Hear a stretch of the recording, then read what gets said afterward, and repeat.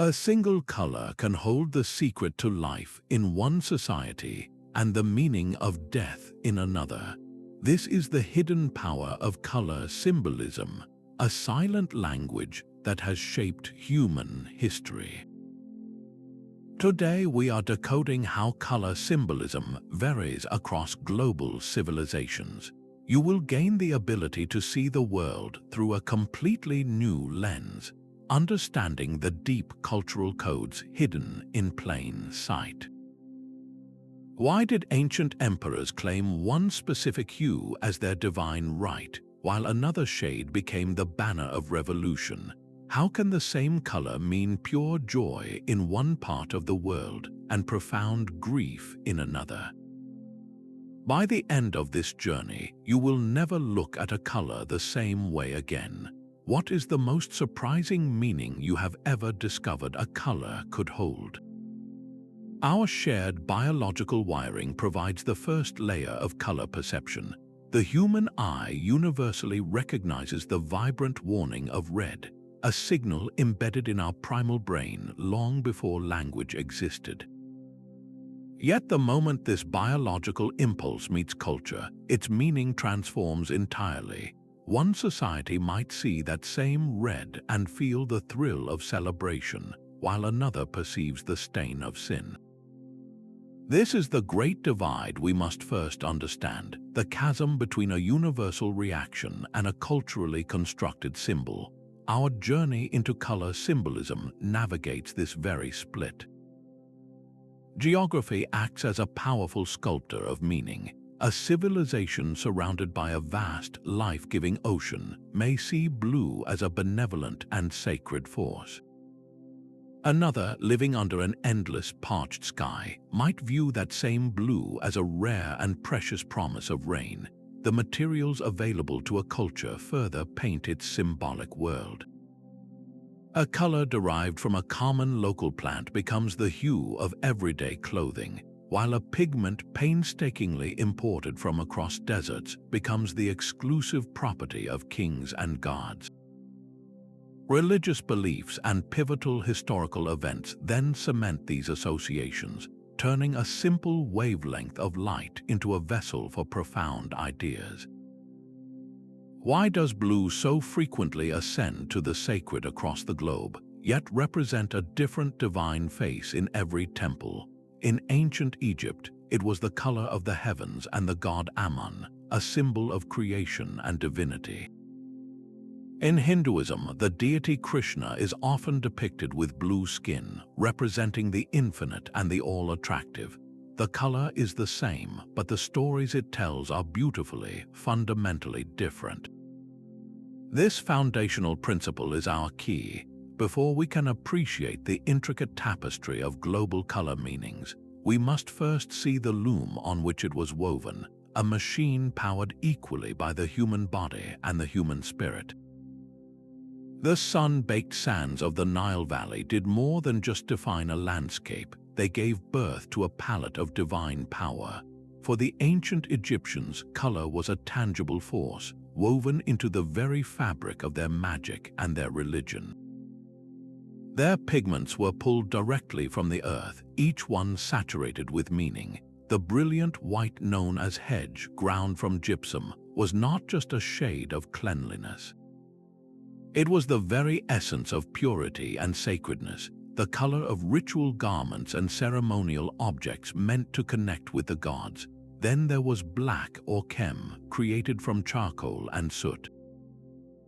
In a land dominated by golden sand, black was not the absence of life, but its promise.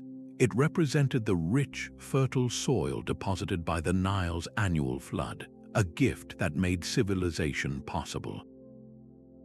This is why black became the color of fertility, resurrection, and the eternal afterlife, embodied perfectly in the statues of Osiris, the god of the dead and rebirth.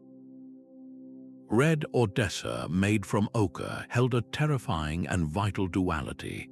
It was the color of the desert, of chaos and violence, of the evil god Set. But in that same fiery hue, the Egyptians saw the power of life and victory, the blood that sustained existence.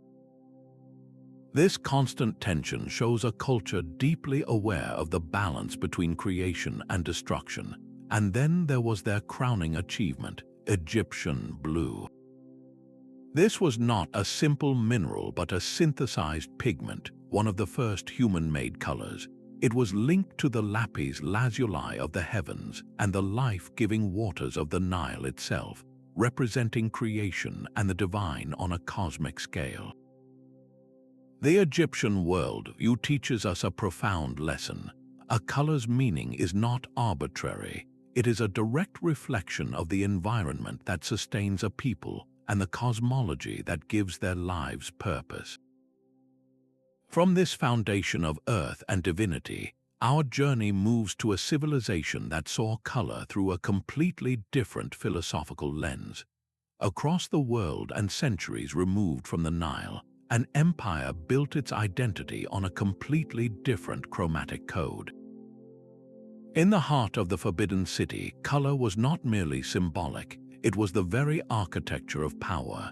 Here, a single, brilliant yellow was so fiercely guarded that its use by anyone outside the imperial family was considered a treasonous act. This was no mere preference, it was a system rooted in the ancient philosophy of the five elements, a cosmic framework that mapped wood, fire, earth, metal, and water directly onto a palette of profound meaning. At the absolute center of this universe, both physically and symbolically, was Earth, and its corresponding color was imperial yellow. The emperor did not just wear yellow, he embodied it, representing his role as the divine nexus of all creation, the fixed point around which the entire empire revolved. This was the mandate of heaven expressed in hue. While yellow commanded the pinnacle of power, red roared with the energy of life itself. Linked to the fire element, it became the color of joy, luck, and celebration, saturating weddings and New Year festivities with its vibrant promise. But the system held its own poignant balance. In a striking contrast to many Western traditions, white was the color of mourning. Associated with metal and the autumn of life, it represented the purity of ascent and the solemnity of final rites, painting funerals in a stark, respectful light. And the gentle blue-greens of wood whispered of spring, of new growth and enduring vitality, often gracing the robes of scholars and the eaves of temples. This was color symbolism as a state-enforced ideology, a language so precise it dictated the robes of court officials, the tiles of palace roofs, and the very social order of a civilization. How does a society move from this rigid, cosmological order to one where color becomes a tool of individual expression and rebellion? The answer lies in a revolution that would paint the modern world. Yet that imperial yellow, so absolute in its authority, was not the most jealously guarded color in the ancient world. For sheer, staggering cost and exclusivity, we must travel to the heart of the Roman Republic and later the Empire, where a single splash of color could stop a crowd in its tracks. Picture the Roman Forum, a sea of white togas, suddenly parting for a solitary figure whose robes shimmered with a deep, almost blackish crimson. This was Tyrian purple, and it was more than a dye, it was liquid power. To produce just 1 gram of this legendary pigment required the meticulous harvesting and crushing of thousands of murex sea snails, a process so laborious and foul-smelling that the dye works were relegated to the outskirts of cities. The result was a color so expensive that its worth, pound for pound, rivaled that of silver. Wearing a full purple toga was a statement of almost unimaginable wealth and status, a right eventually restricted to emperors alone. To wear it without permission was not a fashion faux pas, it was an act of treason, a direct challenge to the state itself. This obsession with color as a public barometer of status permeated every level of Roman society. The pristine white toga, known as candidus, was the uniform of the aspiring politician. Its bright, bleached whiteness signaled purity, moral integrity, and a commitment to public service, giving us our modern word candidate. But this was a calculated display, a performance of virtue in a fiercely competitive arena. On the battlefield, red was the undisputed color of war. As the hue of Mars, the god of war, it blazed from the standards of legions and the cloaks of generals, a terrifying and inspiring symbol of Roman military might meant to intimidate enemies and rally soldiers. Even in death, color held its role, with black reserved for the solemnity of mourning. The Roman system was brutally pragmatic. Color was not a philosophical abstraction as it was in China, but a direct, visible tool for reinforcing political hierarchy and displaying economic status for all to see. It was a public language of power worn on the body for everyone to read. But what happens when this language of color is not just about status, but about spiritual salvation and cosmic struggle? Our next stop reveals a world where color became a weapon in the battle for the human soul. Within the hallowed stone of a Gothic cathedral, light itself transformed into a sermon. The soaring stained glass windows were a library of faith, written in a language of pure, radiant color for a largely illiterate populace. Here, gold was not a symbol of imperial authority as in China, but the very light of God, a divine illumination that bathed the congregation in a celestial glow. Blue, painstakingly crafted from crushed lapis lazuli imported from distant Afghanistan, was reserved for the robes of the Virgin Mary. This was no ordinary blue. It was a visual declaration of her holiness, truth, and unwavering fidelity, a color so costly it spoke of her priceless value to the faith. Red, however, carried the heaviest meaning. It was the vivid, shocking hue of Christ's blood and the martyrs, a color that simultaneously whispered of the ultimate sacrifice and roared with the power of divine love. This theological framework painted the entire medieval worldview. Green held a precarious duality, representing the hopeful life of spring and resurrection, yet also capable of shading into the envious green of poison and the devil's trickery. Black remained the definitive color of death, sin, and mourning, the stark absence of God's light. This was color symbolism as a total system, meticulously curated and standardized by the Church across a continent. It dictated the robes of saints in paintings, the moral allegories in literature, and even the very fabric of daily life, teaching people how to see the divine and the damned in every shade. How does a society break free from such a rigid, universally understood color code? The answer would not be found in a cathedral, but in a chemist's laboratory, with the invention of a color that would change art forever. But while medieval Europe sought divine light through stained glass, the peoples of Mesoamerica were painting their prayers directly onto the world.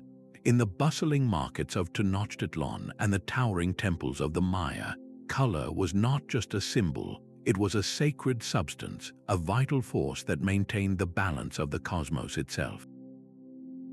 Their palette was a living library drawn from the very earth they inhabited. The most brilliant red came not from a mineral, but from a tiny insect, the cochineal, which was carefully cultivated on cactus pads to produce a dye of astonishing intensity. This red was the color of life force, of blood, the most precious offering required to nourish the gods and keep the sun rising each day. Sacrifice was not seen as an act of death, but as a necessary transaction to sustain life, and the color red was its powerful visual language. Even more remarkable was Maya blue, a pigment so chemically stable that it still blazes brightly on artifacts today, long after the civilizations that created it have faded. This was no ordinary color, it was a ritual tool intimately linked to the rain god Chok. In ceremonies to petition for life-giving water, priests would burn offerings coated in this brilliant blue, sending smoke the color of the sky directly to the heavens. The color itself was an active participant in the dialogue with the divine, and then there was the profound value of green. For the Maya and Aztecs, the most precious substance was not gold but jade. The cool, translucent green of this stone represented water, fertility, and the very breath of life. A jade bead placed in the mouth of the dead was a seed of resurrection, promising renewal in the next world. Yellow, too, was grounded in sustenance, the color of ripe maize, the crop that formed the foundation of their existence, and was considered a literal gift from the gods. In this worldview, a color was not an idea, it was an action. Wearing a green jade necklace was an act of carrying life itself.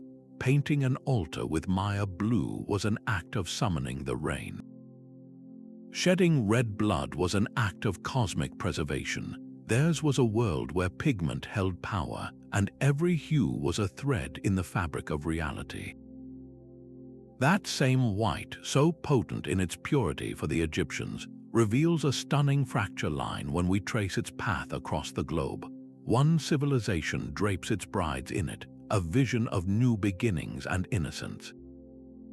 Another wraps its dead in it, a shroud for the final journey. This is the Great White Divide, and it shatters any illusion of a universal color meaning. In the West, the tradition of the white wedding gown, popularized by Queen Victoria, draws from a deep well of classical and Christian symbolism. Here, white is the color of light, of spiritual cleanliness, and of untainted virtue. It is a public declaration of a pure heart entering a sacred union. Yet cross the world to China, Japan, or Korea, and you will find white as the traditional color of mourning. In these contexts, white is not about light but about absence. It is the visual representation of grief, loss, and the void left behind. It signifies the passage of the spirit into the afterlife, a stark and respectful farewell. How can the same visual signal provoke such opposite emotional responses? The answer is woven into the fabric of two very different philosophical histories. The Western ideal is deeply tied to concepts of spiritual purity and resurrection. The Eastern tradition, however, is heavily influenced by Buddhist thought, where white symbolizes the void or sunyata, the ultimate liberation from the painful cycle of rebirth and desire.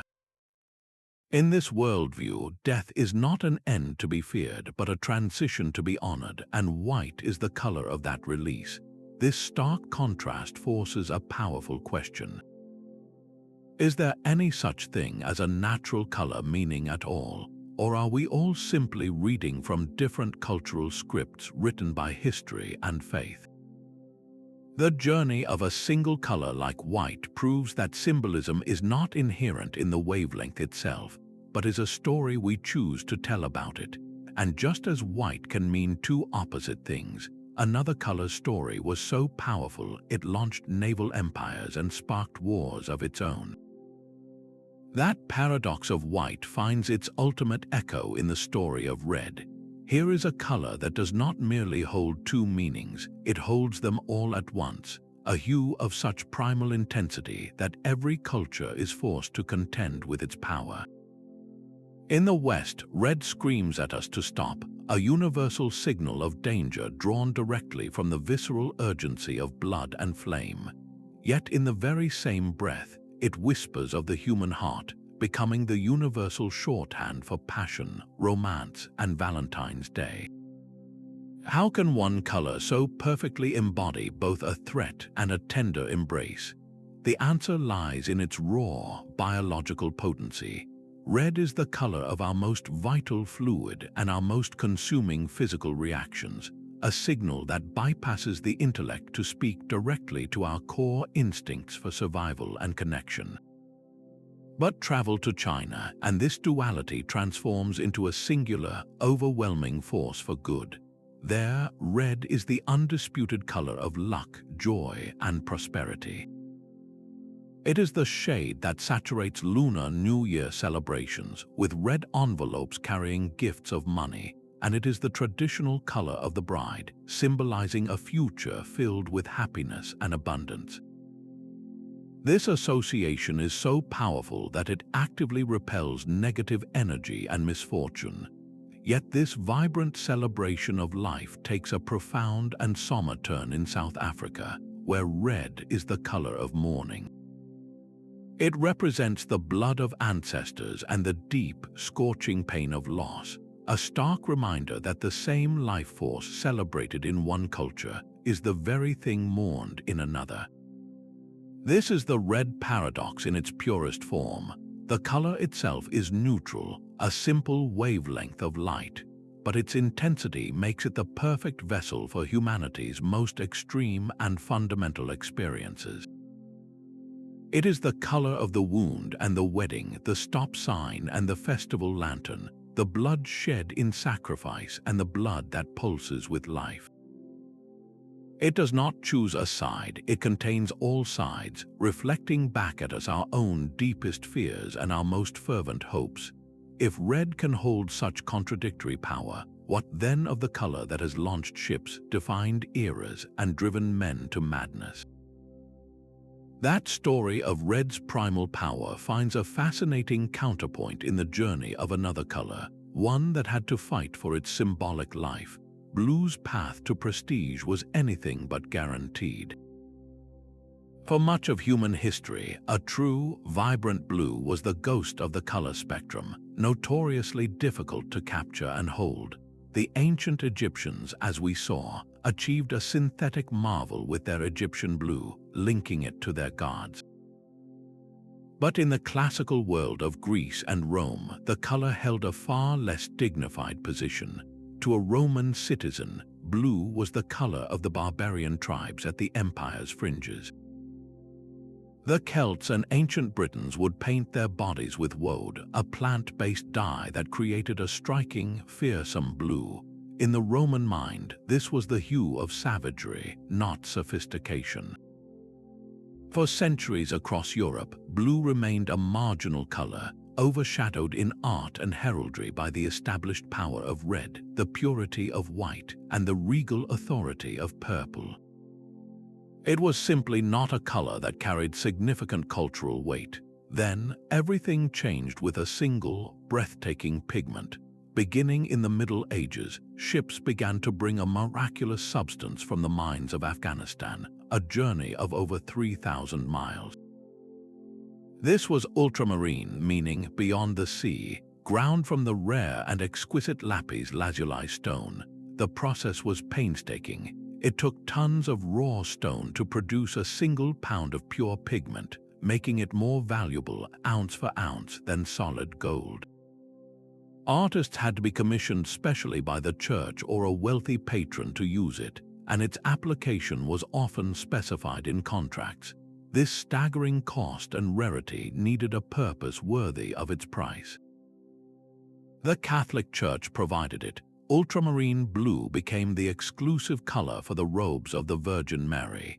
Its celestial brilliance and incredible expense were seen as the only fitting way to represent her holiness, her truth, and her heavenly majesty.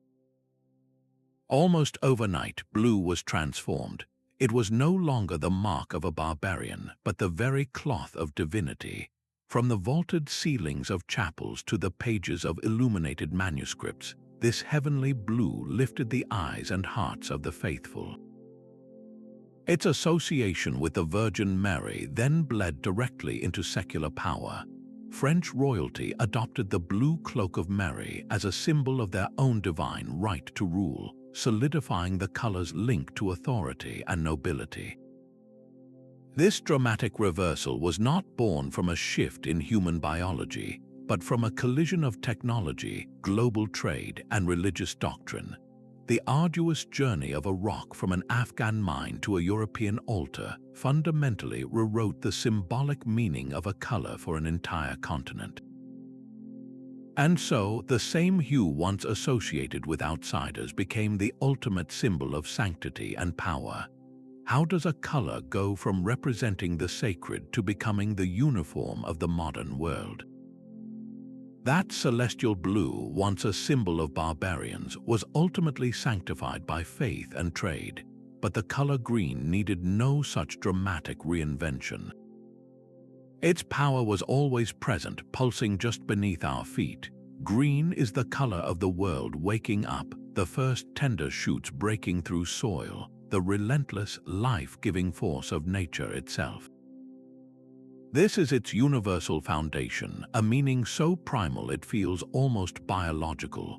We see a verdant landscape and our spirit lifts, recognizing a place of abundance and sustenance. In Islam, this connection is elevated to the divine. Green is revered as a sacred color, believed to have been cherished by the Prophet Muhammad. It adorns the flags of Muslim-majority nations and decorates mosques, representing the lush, eternal gardens of paradise promised to the faithful. It is not just the color of life on earth, but the color of life everlasting. Yet for all its vitality, green has a shadow side, one that creeps into our language and our fears. In the West, we speak of being green with envy, a phrase that links the color to a sickness of the spirit, a corrosive jealousy. We call a newcomer a greenhorn, associating the hue with inexperience and immaturity. How does the color of robust life become tied to such weakness and negativity? The answer may lie in nature itself. A lush green plant can be healthy, but that same vibrant color can mask a hidden poison. This duality blossoms in the realm of folklore. In the misty hills of Celtic tradition, green was the undisputed color of the fairy folk, the Shia. To wear green was to risk attracting their attention, and their attention was a dangerous thing. They could bestow blessings or lead you astray forever into their hidden kingdoms. The color represented a world unseen, beautiful and teeming with life, but also unpredictable and perilous. This complex relationship even reshapes modern reality. In Japan, official traffic lights are the same red, yellow, and green as anywhere else. But in the Japanese language, that go signal is not called midori or green. It is called ao, which means blue. This linguistic relic harks back to a time when the language had fewer color distinctions, and green was simply considered a shade of blue. Today, it is a living fossil, a reminder that our perception of color is filtered through the evolving lens of culture and language. Green, therefore, holds a unique tension. It is the color of life and poison, of sacred paradise and perilous enchantment, of growth and inexperience. It does not have the stark opposites of white or the primal intensity of red. Instead, it embodies a more subtle, whispering complexity, the hidden dangers and promises within the natural world. If green can be both a divine promise and a fairy's trick, what then of the color that has most fiercely defied all attempts at imitation? Yellow holds a sunlit paradox within its very light.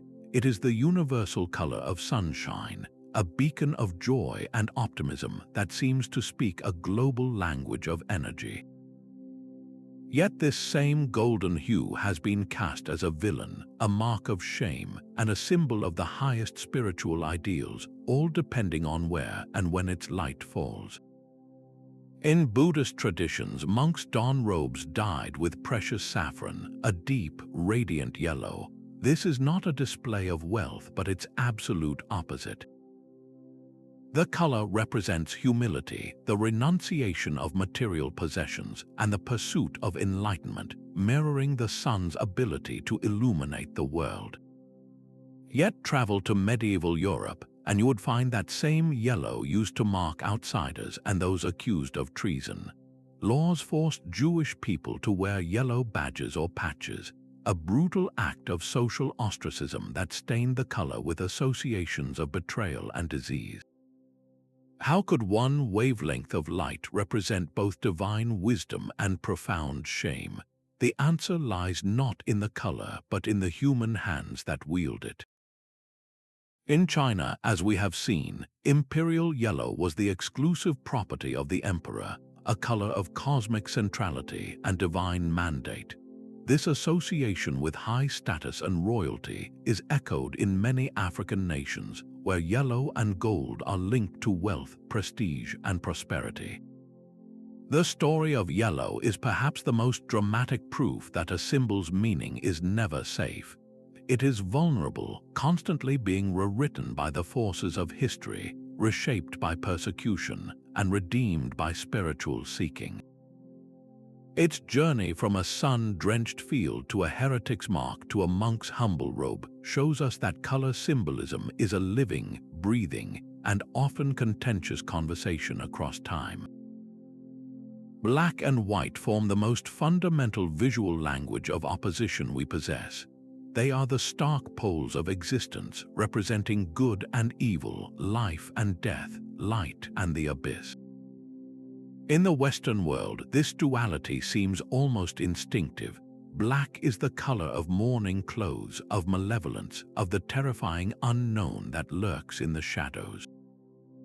White, by contrast, is the shade of pristine wedding gowns, of untarnished purity, and of divine light. Yet to assume this is a human universal is to miss the entire point of our journey. This foundational pair is perhaps the most culturally constructed of all. Venture to many regions of Africa, and the meaning of black transforms entirely. Here, it is a deeply positive color associated with the rich, rain-fed soil that sustains life. It symbolizes maturity, masculine strength, and potent spiritual energy, a hue of power and fertility, not fear. In Japan, the concept of kuro, or black, carries a similar weight of respect. It denotes experience, dignity, and nobility, a meaning crystallized in the ultimate symbol of mastery, the black belt in martial arts. The student does not simply learn to fight, they learn to embody the depth and seriousness that the black belt represents. And as we have seen, white completes this global inversion. While it crowns Western brides, in many Eastern traditions it shrouds the deceased, representing the void of loss and the purity of the soul's ascent. So what does this ultimate duality teach us? That even our most basic symbolic instincts, the very framework of light versus dark, are not hardwired into our biology. They are stories written by philosophy, cemented by religion, and performed through social rituals. The same void that one culture fears, another cultivates as a source of power. The same light that one culture worships, another releases into the afterlife. If these two extremes are not fixed, then no color's meaning is safe from reinterpretation. Purple's story begins not in a palace, but in a stinking vat of rotting sea snails. Its legendary status as the color of emperors and kings was forged not by divine right, but by staggering, almost unimaginable cost. The original Tyrian purple, perfected by the Phoenicians, required the harvesting of thousands of murex shellfish. The glands of these snails were then painstakingly processed in a method so labor-intensive and foul-smelling that the dye workshops were isolated on the outskirts of ancient cities.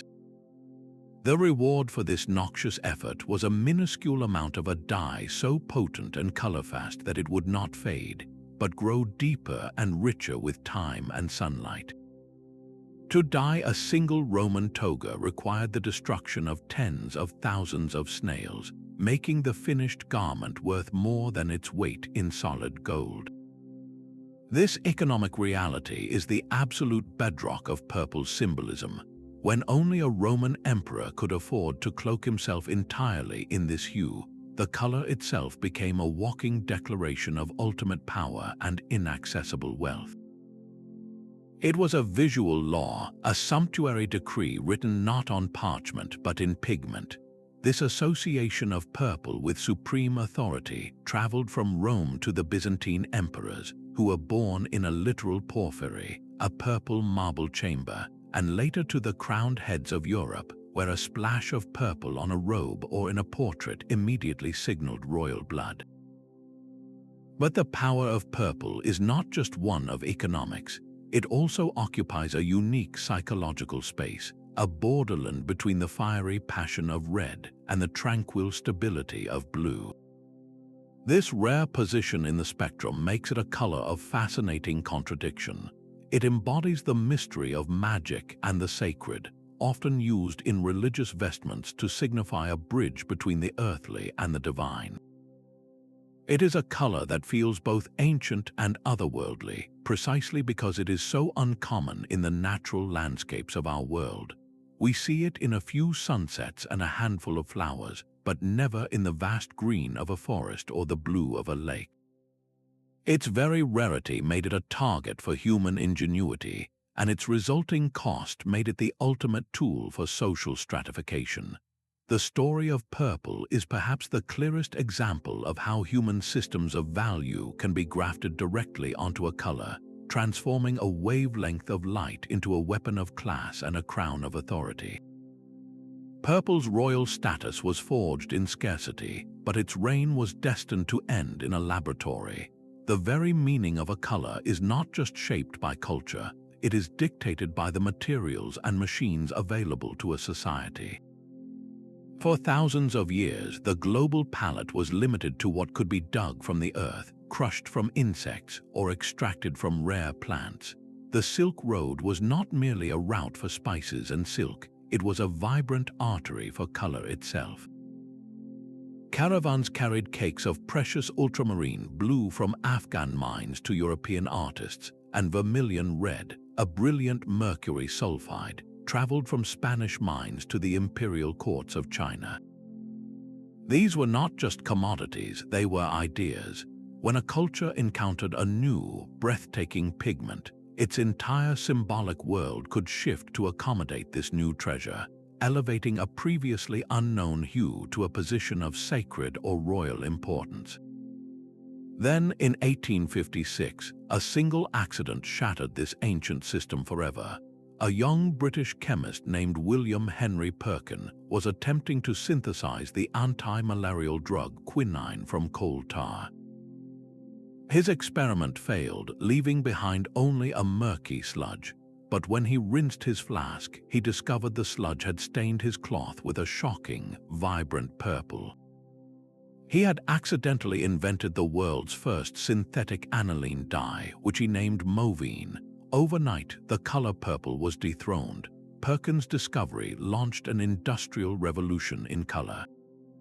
Factories began churning out synthetic versions of every precious hue, from brilliant reds to deep blues. The colors that had once required the labor of thousands of snails or the perilous journey of a caravan could now be produced cheaply and in limitless quantities. The elite's most powerful visual weapon, exclusive color, had been disarmed. A mill worker could now buy a vibrant purple dress for the price of a loaf of bread. The symbolism of purple, so tightly wound with immense cost and inaccessibility, began to evaporate. It became the color of fashion, of creativity, of individuality, but its aura of divine royalty was gone, faded by the relentless logic of chemical progress. This pattern repeats with every technological leap. The development of stable, synthetic pigments allowed artists to paint en plein air, capturing the fleeting colors of nature in ways the old masters never could.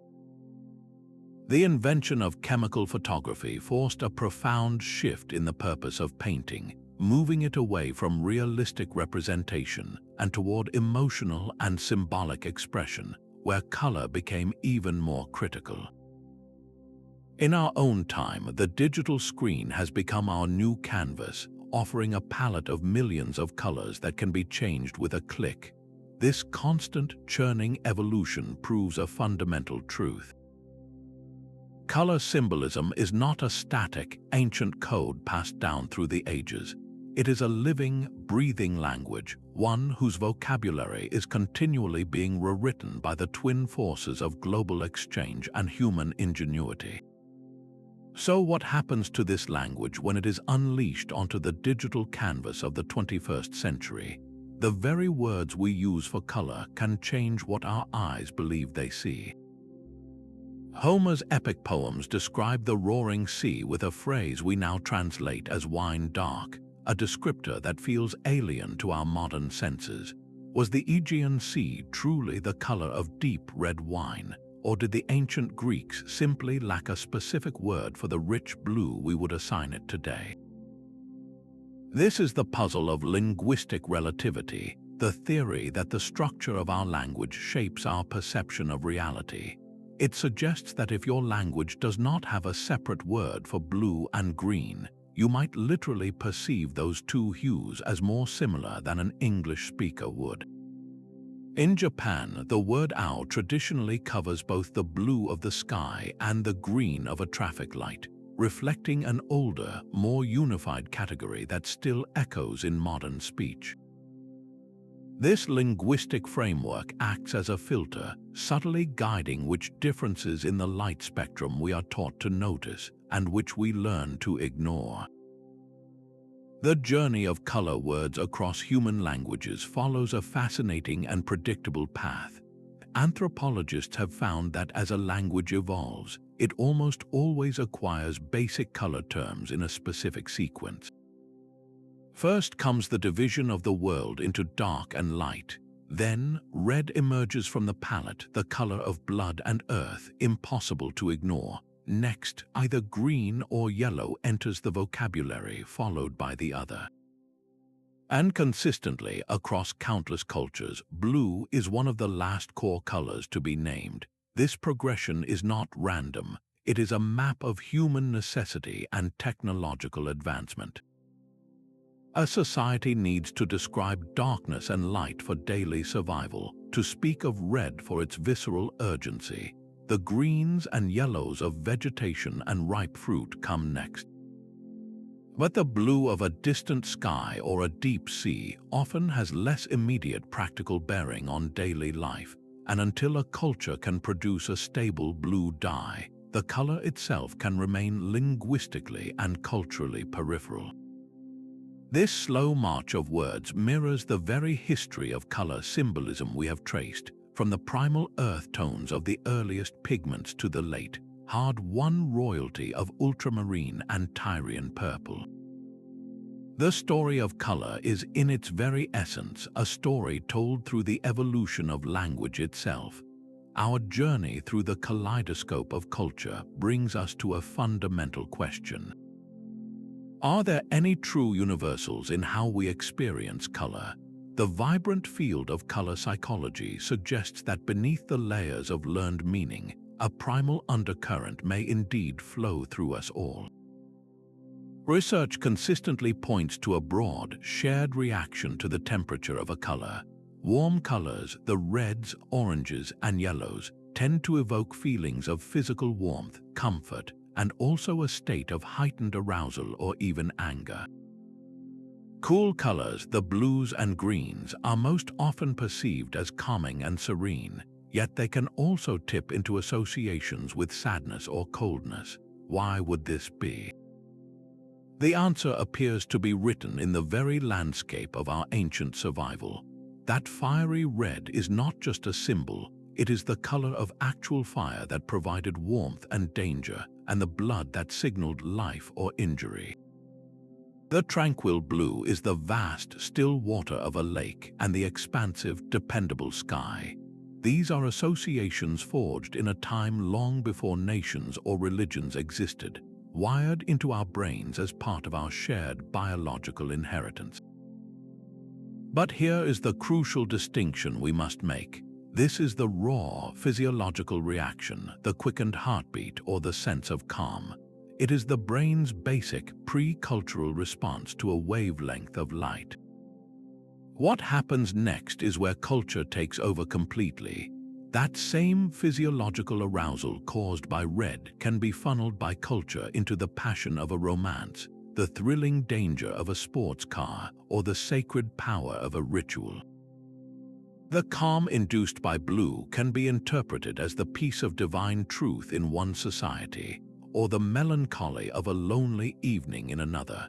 The human brain provides the biological canvas, a set of primal reactions and emotional potentials. But culture holds the brush, mixing the pigments of history, environment, and belief to paint the intricate and often contradictory masterpieces of meaning we have explored. So while we may all feel a similar tremor at the sight of a blazing red, the story we tell ourselves about that tremor is what truly defines our world.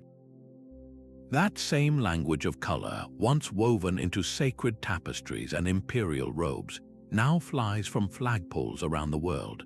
A national flag is a civilization story condensed into its most potent visual form, a declaration of identity written not in words but in deliberate, symbolic color. These are not arbitrary choices, they are a nation's conscious effort to codify its deepest values for all to see. Consider the stark stripes of the United States flag.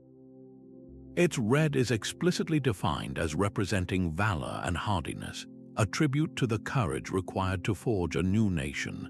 The white speaks of purity and innocence of purpose, while the blue field for its stars embodies vigilance and justice.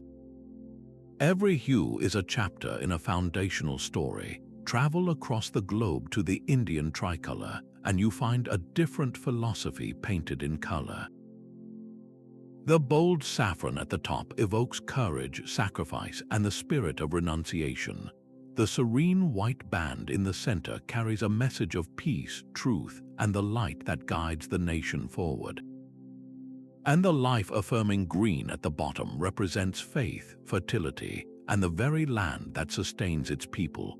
Here, color charts a nation's spiritual and physical journey from sacrifice to enlightenment to growth. Perhaps no flag carries a more unified and powerful message of collective identity than the Pan-African flag. Its three horizontal stripes tell a story of a people and a continent. The black proudly represents the people themselves, their identity and dignity. The red is a permanent memorial to the blood shed in the long and painful struggle for liberation. And the green is a hopeful vision of the rich and fertile lands of Africa, a promise of prosperity and a future rooted in the soil. When a new nation is born or an old one reforged, the selection of colors for its flag is one of its most critical acts. It is the moment a society asks itself, what story do we want to tell the world about who we are? What values must be woven into this single, unifying symbol that will represent every citizen? The answer is always found in color, a silent, fluttering language that can declare war, signal peace, or summon a people to remember who they are. That silent, fluttering language of national flags is now condensed into the tiny, powerful icons on your phone screen. In our hyper-connected world, corporations have become fluent in the global dialect of color, wielding it with a precision that ancient emperors would envy.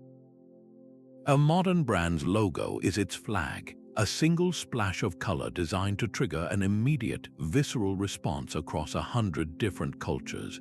This is the new frontier of color symbolism, a high-stakes game of international communication played out in every app store and supermarket aisle. The psychology is deliberate and powerful. Red is the color of urgency and appetite, deployed by giants like Coca-Cola and Netflix to grab your attention and hold it. It screams excitement, energy, and a promise of instant gratification. Blue, by contrast, is the uniform of the digital establishment. When you see the blue of Facebook, PayPal, or IBM, you are meant to feel a sense of calm trust, of security, of a dependable system that will not fail you with your money or your personal data. These associations feel almost universal, but global brands know they are walking a cultural tightrope.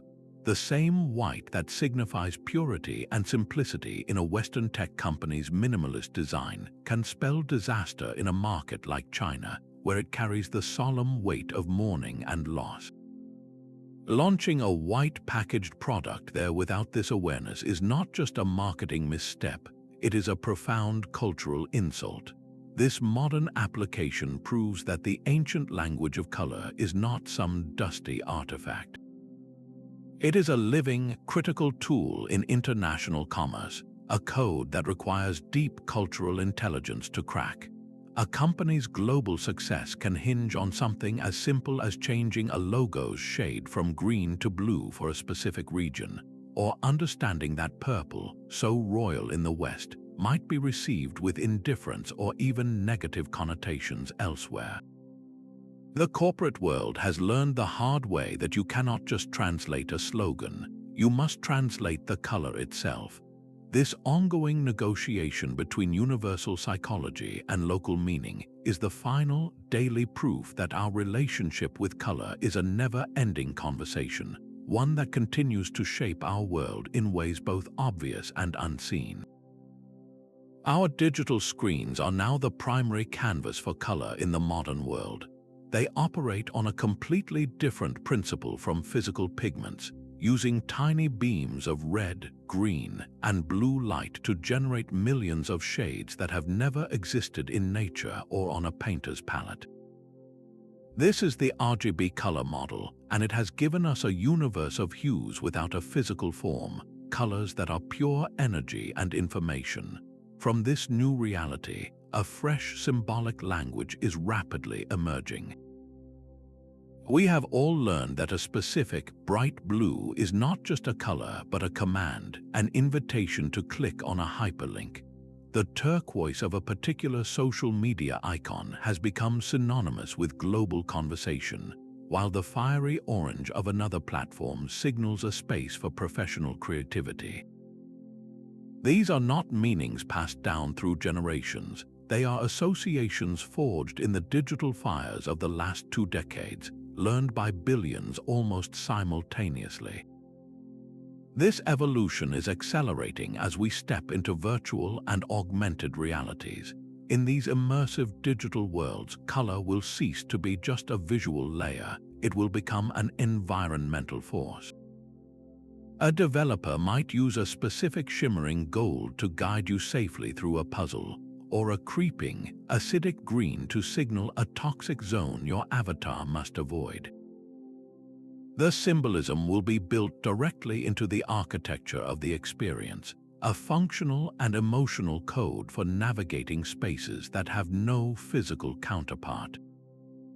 The future of color symbolism is no longer being written solely by priests and emperors, but by computer scientists and interface designers who are building the new worlds we will soon inhabit. That dramatic corporate reshaping of color in the modern marketplace finds perhaps its most personal expression in the nursery. The now rigid code of pink for girls and blue for boys feels so deeply ingrained, so biological, that it is startling to learn it is a recent and entirely manufactured invention. In the early 20th century, the common rule in the United States and Europe was actually the reverse. Many publications and department stores advised that pink, as a stronger and more decided color, was most suitable for boys. Blue, being more delicate and dainty, was seen as the appropriate hue for girls. A 1918 issue of the trade journal Earnshaw's Infants Department stated this plainly, calling pink a stronger color for the boy and blue a more delicate and prettier one for the girl. This logic was rooted in the aesthetics of the time, not in any innate gender essence. So how did this complete inversion happen? The shift was driven largely by the commercial forces that emerged after World War II.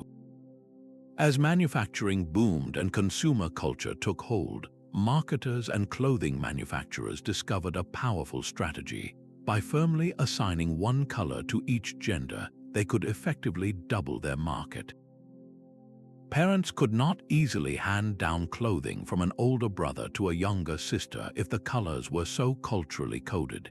It was a deliberate decision to boost sales, and it worked with stunning efficiency.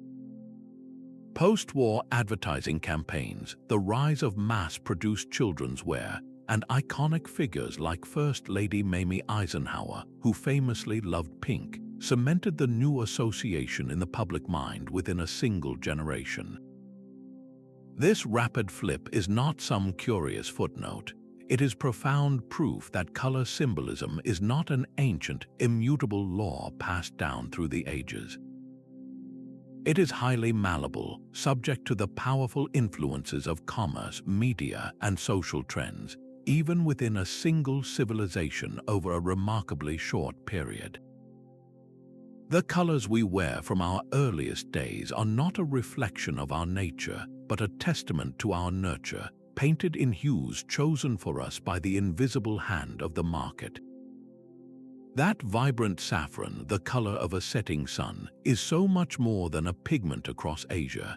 It is a visual prayer, a declaration of a life utterly transformed. In Hinduism, this fiery hue is the color of yajna, the sacred fire ritual. Here, fire is not a destroyer, but a purifier.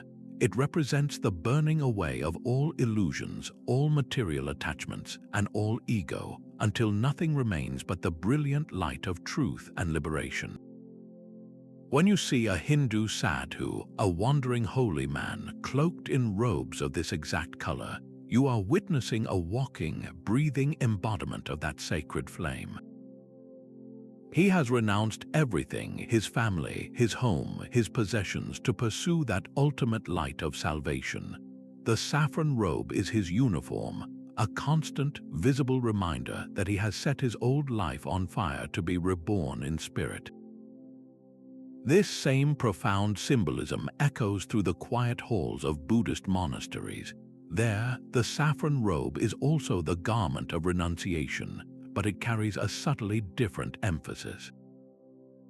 The Buddha himself instructed his monks to dye their robes with colors taken from roots and spices, creating this distinct, earthy tone. The purpose was to cultivate humility and non-attachment, to look nothing like the fine silks and bright colors of the aristocratic elite. For a Buddhist monk, the robe symbolizes the deliberate simplification of life, the shedding of vanity and desire. It represents the inner fire of the Dharma, the teachings that scorch away ignorance and transform the individual from the inside out. It is not about a godly flame, but the disciplined heat of one's own practice and mindfulness. How can a single color carry such a powerful and parallel meaning across two distinct faiths? The bridge is their shared philosophical ground, a common reverence for asceticism and the belief that true freedom is found not in acquiring more, but in letting go of everything. Saffron becomes the universal flag for this inward journey, a stunning example of color forming a symbolic bridge between civilizations. A single color can be stitched onto a soldier's uniform to enforce an empire, then torn from a flag to defy one. This is color as a political weapon, a tool of revolution that transforms a simple hue into a battle cry. The iconic red coats of the British Army were not just a practical uniform, they were a walking psychological statement. On battlefields from North America to India, that wall of scarlet was a terrifying and brilliant display of imperial power, a declaration that the crown's authority was present, unified, and utterly relentless. But that same color of centralized power can be reclaimed by the very people seeking to dismantle it. During the French Revolution, the red of the common man's blood was woven directly into the new tricolor flag, alongside the blue and white of Paris. This was not a random selection. The flag became a walking embodiment of the revolution's ideals: liberty, equality, and fraternity. It was a symbol so potent that its adoption meant you were for the new France, and its rejection marked you as an enemy of the people. This revolutionary potential of red reached its global zenith in the 20th century.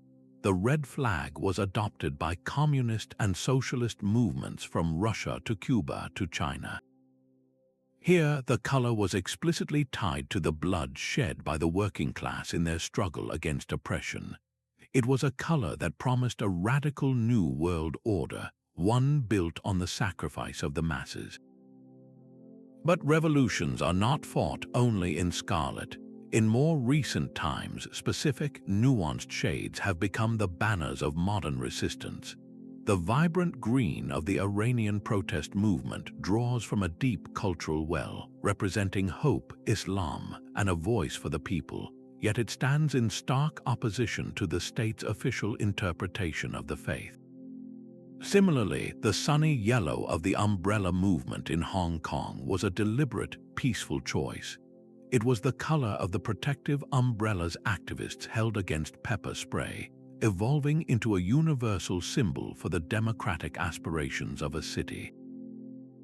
In each case, a color is weaponized. It is a way for a movement without an army to have a uniform, for a people without a state to have a flag. It is a silent, spreadable, and devastatingly powerful symbol that can unite millions under a single, soaring idea. An artist's brushstroke can transform a simple pigment into a lasting cultural commandment. Throughout history, creators have acted as the high priests of color symbolism, codifying and broadcasting meanings that would ripple through societies for centuries. The Pre-Raphaelite Brotherhood, for instance, painted with a palette of pure intention. They rejected the muted tones of their time, instead using jewel-like colors to tell moral and emotional tales. A woman with flowing, vibrant red hair in a pre-Raphaelite painting was rarely an innocent figure. She was a magnetic and dangerous siren, her hair a visual code for sin, sensuality, and untamed nature. This single artistic choice helped cement an association between red hair and dangerous allure that still echoes in Western culture today. Literature possesses the same potent power. In F. Scott Fitzgerald's The Great Gatsby, a single green light glimmers at the end of a dock. It is more than a light, it is the physical manifestation of J. Gatsby's entire longing, his unreachable dream of wealth, status, and a lost love.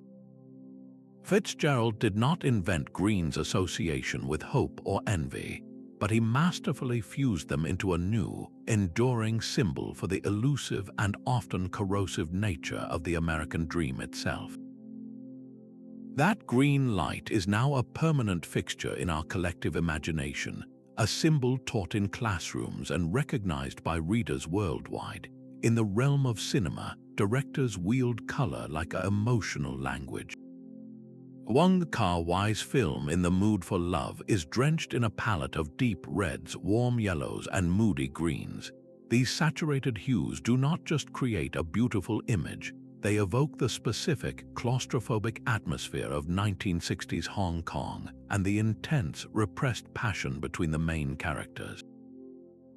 The color becomes a character in itself, telling a story of memory, longing, and cultural nuance that words alone could not convey. These creative acts are not passive reflections of pre-existing symbolism.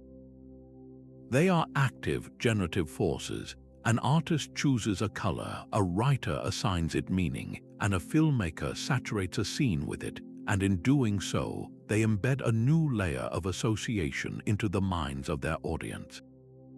This newly forged link between a color and an idea can then be picked up by other creators, advertisers, and even political movements, until it feels as though it was always there. The next time you feel a specific emotion when you see a color in a film or a painting, ask yourself, are you reacting to an ancient human instinct or to a story you were once told by a masterful creator? So after crossing continents and centuries, a grand pattern finally comes into focus. The human story of color is not a chaotic mess of random meanings, but a tapestry woven from a few powerful, universal threads. The first and most fundamental thread is the earth itself. Every civilization looks to its immediate environment for its initial color vocabulary. The brilliant red of blood and the deep green of vegetation are unavoidable references, while the endless blue of the sky or the parched yellow of the desert provide a constant backdrop. These natural anchors give every culture a shared starting point, a common set of ingredients. But what a society builds with those ingredients is where the true magic happens. This is where the second great thread emerges, the power of belief. Religious and philosophical systems act as master interpreters, transforming a simple green leaf into a symbol of paradise or a red sunset into a portent of divine wrath. A culture that worships a sun god will see gold as sacred, while one that reveres the Earth Mother might find its divinity in the rich black soil. Our deepest spiritual questions are answered with the colors we see every day. And then comes the third thread, the human drive for order and hierarchy. Once a color becomes difficult to produce or source from halfway across the world, it is almost inevitably snatched up by the powerful. The rare purple of the sea snail and the celestial blue of distant lapis lazuli did not become royal colors by accident. Their scarcity made them perfect tools for building social walls, for creating a visual language of who is in and who is out. Yet for every one of these clear patterns, we find a brilliant, confounding exception. White means joy in one place and profound grief in another.